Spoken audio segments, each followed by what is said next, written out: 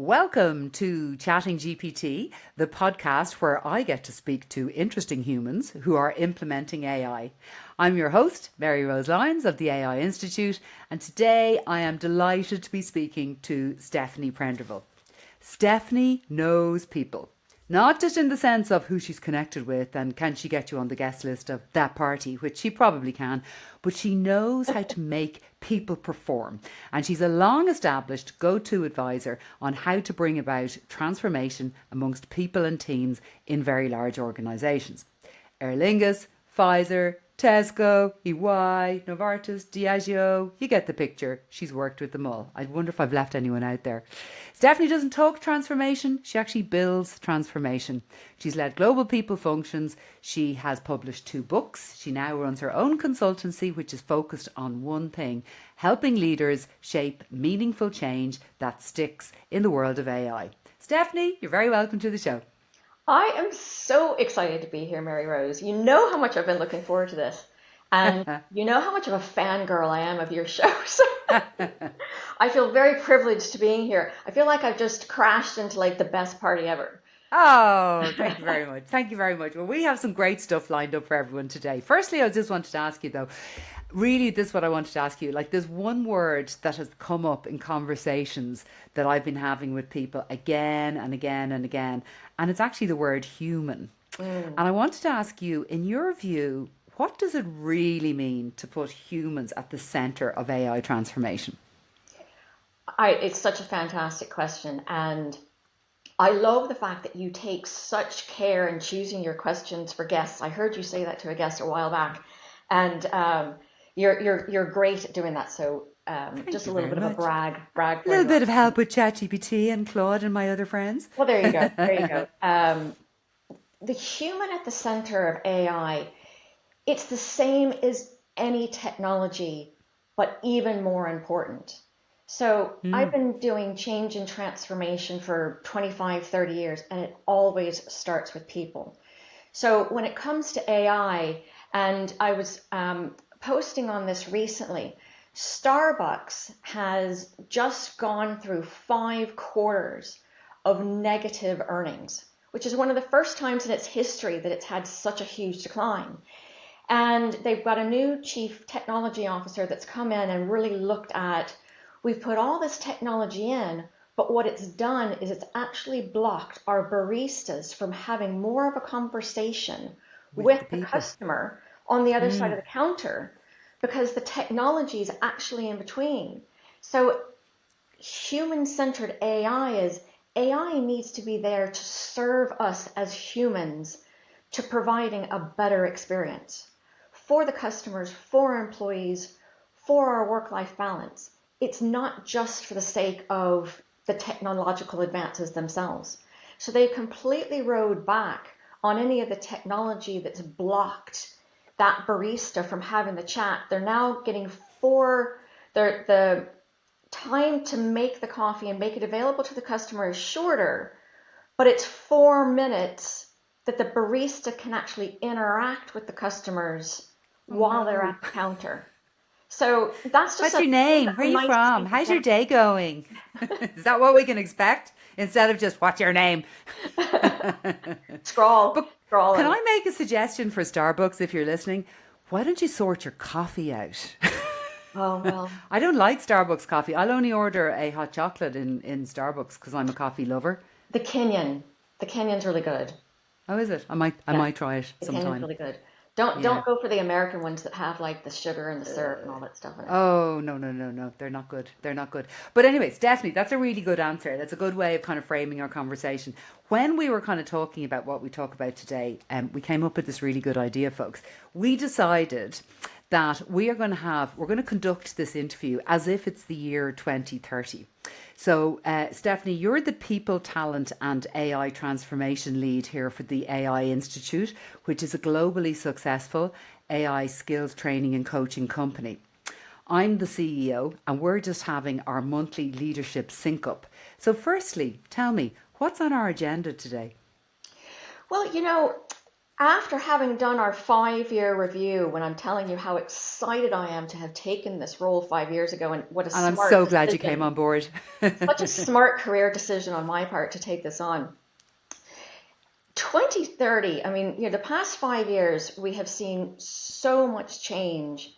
It's just unbelievable. When I was coming into work today on my personal jet, Yes. the little self-contained, I mean, the traffic in the skies was just so heavy. And those Deliveroo Oh, guys, those I mean, drones. geez, they're Oh, those mental. drones. Yeah. But it was, the commute was great, and I was still able to get here in 15 minutes and listen to a great podcast on the way in. What we've got on the agenda today is we're going to start by looking at the new reward program that we've been talking about.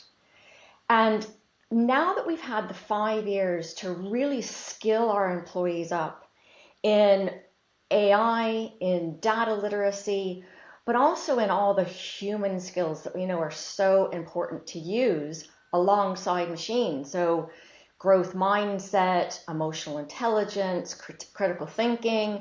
I've got about 7 of them, that we've been working Hmm. on. And with our most recent sentiment analysis that all of our employees Yes. are able to take so quickly, the sentiment analysis is telling us that our employees are really feeling confident in Hmm. their use of technology, that they feel really empowered to be able to do their roles where they're using both technology and the best of their own human skills. Hmm. So we really feel like it's the right time to move to this new reward model where, we move from from being roles based to being Yes. skills based a couple years ago. And we're now Yes. matching our skills to projects. So we're in the right space to start changing reward to what are our project outputs Hmm. and how and the way that we now can look at assessing people's performance at that very individual level within a project aligned to what those project targets were and the transparency that we have so that everybody knows what everybody else is getting in terms of their reward and the Hmm. calculation that we used is completely transparent. We're now in a space where I actually think culturally we're ready to take advantage of the technology that we've got in place and all the hard work that we've put in over the past 5 years. I think that sounds great. And I have to say, you've done such a great job. Can I ask you, in terms of the kind of hiring that we're doing now, compared to what we were doing back in 2025, are we still hiring for the same people? I can't remember now. 2025 was such a long time ago. Well, we've had to really change how we looked at graduates because Yes. universities have just not been able to really catch up as quickly as where we've been able to take our business. Yes. So But we've when long we had are that policy of you don't have to have a degree to come and work for us. exactly, so it was more about we were hiring, going back to those 7 skills. The first 3 that I mentioned are the growth mindset, Hmm. the autonomy, the sense of agency that we're seeing, not to be confused with agentic AI, but the sense of Of course. personal agency that we're seeing our new joiners bring in that they've been able to demonstrate in outside of before they're joining the workforce, and the critical thinking skills as well as their emotional intelligence, that sense of entrepreneurship, and their AI and tech literacy. We've really been able to use that as our template for hiring and bring them into our new academy that teaches them business skills before we then deploy them into the workforce working alongside machines, because there's no other way for them to learn since we've got AI doing all the kind of junior routine roles that our graduates used to do. So Yes. that approach to hiring has completely been transformed. And we Well, it's realized that the recruitment process, when we started to go all AI agent and the humans that we were interviewing were not getting the experience of actually being interviewed by a human, we decided that that wasn't the right way to go. So we've gone back to actually really making sure that there's a really strong human touch all the way through. And that's really resulted in a better hire ratio. So Yes. sorry, I kind of went on a little bit there, but No, just to no. make that last point. But that's really interesting. That's also like when we made that move to go back to like old style human hiring and human interviewing, it's also like what we have seen happen with the whole world of cybersecurity. You know, they've gone back to kind of some of the older techniques because they are the ones that actually work best to derail some of the terrible deepfake scams that we've been seeing going on. But yeah, so I really like that. As I always say, you know, with our AI Academy, it's like we teach you how to be human, how to work in a human environment. And that has been such a success. And that's down to you, Stephanie. Thanks so much for your involvement on that one. Well, I had your leadership, Mary Rose, you know, We're just a dream team. which is Yes. great. Absolutely. Question for you, Stephanie. In terms of the critical thinking, like critical thinking emerged really early on in the early days of AI as being one of the core skills. So I've always put that down as my number one. Of your seven, what would you say would be the number two and three after critical thinking? What would oh, they're obviously all important, but if you had to pick two and three. Do you know, I'm going to answer that question with a little bit of a cheat where we've really been able to go over the past 5 years building on those seven skills is to a point of human literacy. So it's taking that emotional insight, it's understanding how humans work best with machines. What does AI offer us that humans aren't great at doing or that AI is better at doing? And where do we still want to actually make sure that we're optimizing the best of what humans do that machines don't do well? And that's been a combination of those seven skills that's led us into a place of human literacy. And our leaders who've really been able to augment themselves as leaders and have adjusted from being 2025 leaders who were bringing, you know, their authentic selves and bringing their emotional intelligence and bringing their empathy, but really deepened those seven skills to becoming fantastic leaders of both humans and machine. Those leaders are the ones who are really helping us because their creativity that they're bringing into work and the empathy and emotional intelligence they're bringing to support the humans who still have human problems every day. They're Yeah. the ones who are really helping us progress as an organization. Absolutely. And that would actually bring me on to my next question, which was what would be one of the behaviors that we are rewarding now that would have raised eyebrows 5 years ago? It may not have even existed 5 years ago, but you know, building on that kind of creativity piece and our project outputs, our new reward structure that I'm proposing, we'd be looking specifically at rewarding people for the project outputs with the greatest creativity in their problem solving and the least amount of tokens it took to get. Yes, I love it because we got to think of our rapidly declining climate. So the climate, the sustainability, the cost that comes into that, you know, can we get from A to Z creatively, but fewer tokens? I love that. I love that. Now, Stephanie, are you proposing that we take all of our FTEs off a salary plus bonus plus share offer No, onto a different I system? still think we need to have, you know, a base salary. I mean, you know, the cost of living while we're getting a better handle on it, the cost of living has a natural level of it's just going to continue to increase over time. So we have to be able to put things in place that are human orientated. But now that we've got such a gig economy internally and people are working much more flexible hours and we've got so much job sharing that's going on between humans and humans working with machines, you know, Susan down the corridor, when she finishes at 3 o'clock in the afternoon, her machine counterpart picks up on the Yeah. routine aspects of her job and keeps going until she arrives the next morning. To be honest, I kind of prefer her machine one to her, but just don't let that get out of this room. Mary Rose, we're not supposed to show that we have favorites at work, you know?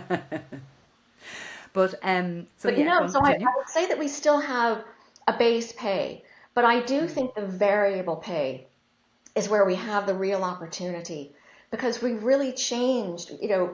It's no longer the people who are working better with machines and who are bringing the best of themselves as humans, but also taking advantage of the technology that's available to them and with all of the support that we've given them to get to this place, plus their own level of confidence, gives me the confidence we're in the right place to reward them for that combination of skills.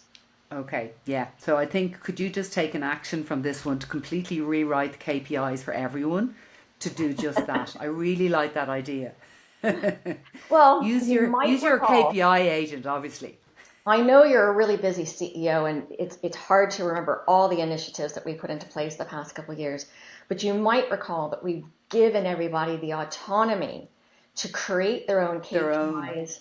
And that agent that we put in last year, 2 years ago now, actually, gosh, it's amazing how quickly time flies. 2 years ago, we 2028, put yeah. in the agent of agents that actually connects between each project's outputs, what the person's, what their core strengths are that we expected and the skills that we expected them to bring, plus a way of actually gauging the development that we've seen them gain over the course of the project where their skill and competence has actually increased.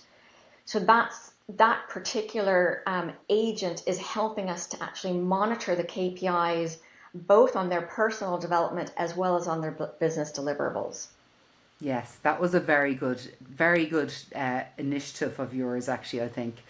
Very, very good. And So, employees are saying they yeah. love that because they can actually, they've got a partner who's objective, that's able to see, I know this is what Susan's set of skills are, and I can see how Susan is developing, and they can actually take from Susan's work on a day-to-day basis specific examples. And the more Susan goes in and actually takes that information and uses her AI learning partner, the more her abilities and capabilities have just gone up. Skyrocketed, yeah, absolutely. So, in terms of the number of days people are working, remind me again, when did we move to the 3 day week?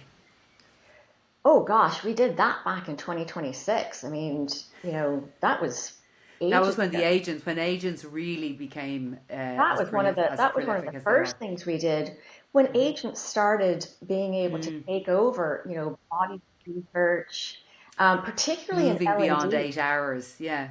In L&D in particular, we used to have some of our up and coming L&D specialists go off and research a topic, go around to the different stakeholders in the organization to make sure that they had relevant insights, go out to the market to make sure that they had the most up-to-date information and best-in-class learning, and then come back and draft, a fit-for-purpose program for us. Now that our agents can do that for us and saving us weeks of a person's time, what the human's been able to do with that is just develop a fantastic learning program and make sure that the way that our learning has evolved over the past 5 years is evolving with the way that we're delivering our training has evolved with that. So that's just one example that allowed us to completely allow people to change their work schedules and get so much more work done. Absolutely. In terms of the different divisions within our organization or within an organization, obviously learning and development, you're speaking to obviously marketing, close to my heart. What would be the other divisions that you remember that really benefit the most and first when the agents came? And marketing is probably one of the first places that I would go, but you're so familiar with that. I probably will look at customer service as well. Oh, yes, yes. And some of the things that we're already seeing on the marketplace in 2025 with customer service agents being able to look at really just focus on their customer, focus on who they're interacting with an agent that has pulled up all of that customer's relevant information. Mm-hmm. Give them, if we take Marie Toff's Emotionize AI and remember what that was able to do for us, giving those agents coaching on the emotional intelligence of what that customer who got in contact with the customer service agent because they were really upset about something and really frustrated, helped that customer service agent really respond in a very empathetic, compassionate, and aligned to our company policy way. Mm-hmm. All of that being integrated into the way that all that information just being available to the customer service agent live and in real time, and allowing them to just have such a better connection with that individual. Yes. Yes. So It has been that evolution's been, fantastic. game changing. But it's funny. One of the things I found is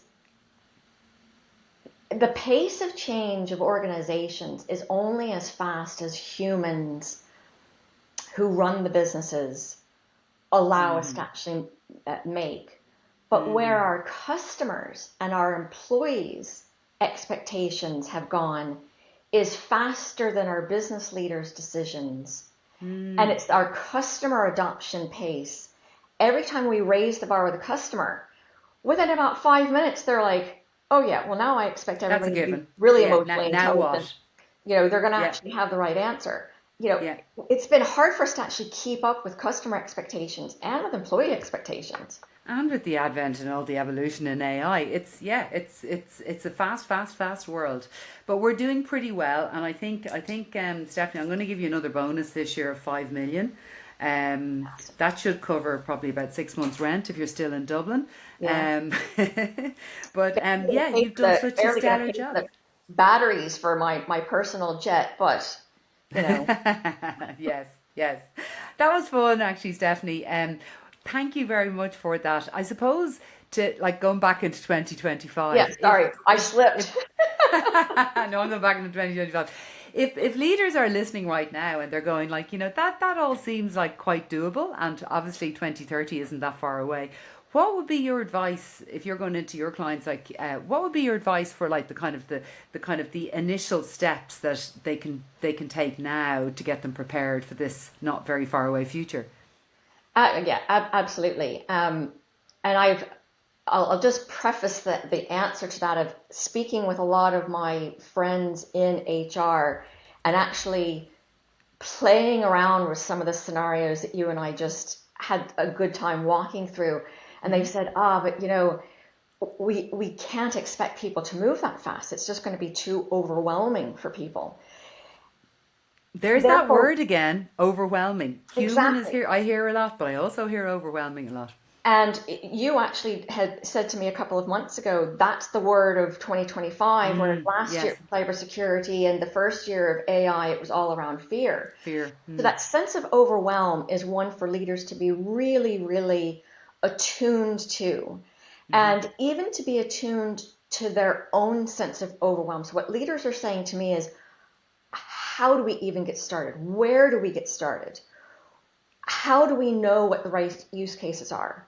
So I strip it back to change basics and to strategic basics. Which they know and they're comfortable with. A Yeah, 100%. So yeah, that gets them into their comfort zone and it brings yes, people with them into a comfort zone, whereas AI is taking them out of a comfort zone. So yeah. start by asking yourself, what are your business targets over the next 18 months? Because we really can't see, I mean, we can probably barely see 18 days at the moment, but 18 months is the furthest we can really think from a strategic perspective. What are our key business targets that we're going for? What Yeah. are our operations priorities in order to be able to get there? What do we have to make sure that we're future proofing and that really aren't going to hold us back over the next 18 months? And what are the capabilities that we're going to need to deliver out on our business targets and our operations? Leaders can focus on those and they can bring their people with them, and understanding those capabilities are a key piece of it. If you haven't told your people yet, here's how we think we're going to use AI. We don't really know yet, but here's how we think we're going to use it. Here's how we're going to support you. Here's how we're going to help you get comfortable. That's what people need to hear. So Yes. start at the very beginning, and I call it the messy beginning. Yes. Leaders love when they think about change. I's dotted, T's crossed. We've got all the answers before we start talking to people. Absolutely. Rip up that mindset. With AI, you need to bring people with you from the very messy beginning before you have all the answers to get them through that curve of fear to worry of cybersecurity, through the overwhelm into a space of, I feel supported, and I may not be an expert on how to use AI, but I'm getting better every day, and I'm getting efficiencies in how I work personally and in what I give to the organization, and that feels good. Well, if And I was to just put a getting them on. number on that, I would say from our experience of who we work with, it's about 13 weeks to get them from the stages, and that's a very short space of time when you consider, how long you have people working with you. But to go from the complete fear, uncertainty and doubt through to feeling supported, through to actually kind of getting their trainer wheels off, feeling confident, that's in our experience how long it takes. What would your perspective be on that? That actually resonates with me a lot Okay. as a learning designer. Okay. And in fact, I was actually just speaking with a friend of mine yesterday who's considering doing the same course that I did a year and a half ago with UCD, which they've spaced out over 12 weeks. They're actually offering a compressed version that's done in 4 or 5 days. And I'm trying to get my Wow. head around. No. I had the opportunity to really fully immerse myself in each week's topic and understand that technology in a way that I could go and explore and learn. And for just my own style of learning, that 12-week period gave me the chance to push myself to learn, to listen to podcasts 2 or 3 times to where I really got it. Whereas I think if you really try to compress your learning while you can continue to learn afterwards, there's something human about having another human working with you and you and those other humans talking it through and sounding it out. That's why we workshop everything. Yeah, it's like that. The magic is in the workshop. It's in the kind of bringing teams together, Yeah. going, okay, so based on what we covered last week, what have you done, Stephanie? And you show what you've done. And you could be a leader and you could be showing how the thing didn't work out for you. And then some of the more junior people in the team can go, well, actually, here's how you sort it. That's the magic. It's the learning time together thing. I'm It's volunteering to UCD. If they want me to come and audit their new program, happy to do that for you. I think it's fabulous. ambitious, but I'm interested to see how they've gone about doing it to bring that in. Yeah, no, it's fantastic. Listen, we could chat all day and all night. You'll have to come back in the next season and tell us how has the world changed in the world of learning and transformation and working with leaders like you do. This has been really interesting. Thank you for doing this imaginary exercise as well with Absolutely. me. That We was didn't even brilliant. talk about the board. We were going to talk about the board. Oh Um, yeah, so I'll close on this one.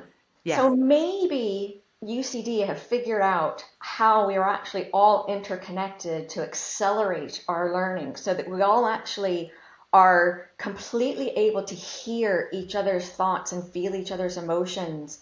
And we have the emotional intelligence to be able to regulate that, which has allowed us to become these superhuman hyper learners. Yes. Hyper learners. There's a lovely word to end with. Stephanie Prendeville, hyper learner. Thank you so much for your time. Thanks for being on. And Thanks we'll so put much, all of Mary. your contact details into the show notes. So if anyone wants to contact with Stephanie, which I sincerely recommend you should, follow her on LinkedIn. She's also got a podcast. Check her out. And thanks for listening. Thank you so much, Mary Rose. Bye. Bye. Just before we cut,